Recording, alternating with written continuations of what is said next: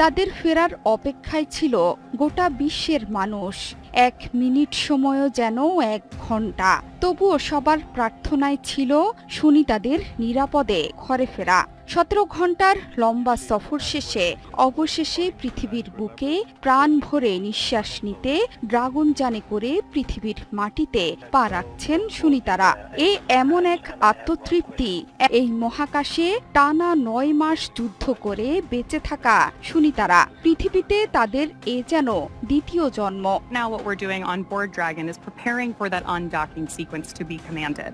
নাসার তথ্যমতে সকাল 10:30টার কিছু পরে সুনিতাদের নিয়ে আন্তর্জাতিক মহাকাশ স্টেশন ছেড়ে পৃথিবীর উদ্দেশ্যে রওনা দেয় স্পেসএক্সের ড্রাগনযান। 9 মাস পরে আন্তর্জাতিক মহাকাশ স্টেশন ISS থেকে পৃথিবীর উদ্দেশ্যে রওনা দেন সুনিতা উইলিয়ামস এবং সঙ্গী নভোচারী বুচ উইলমোর।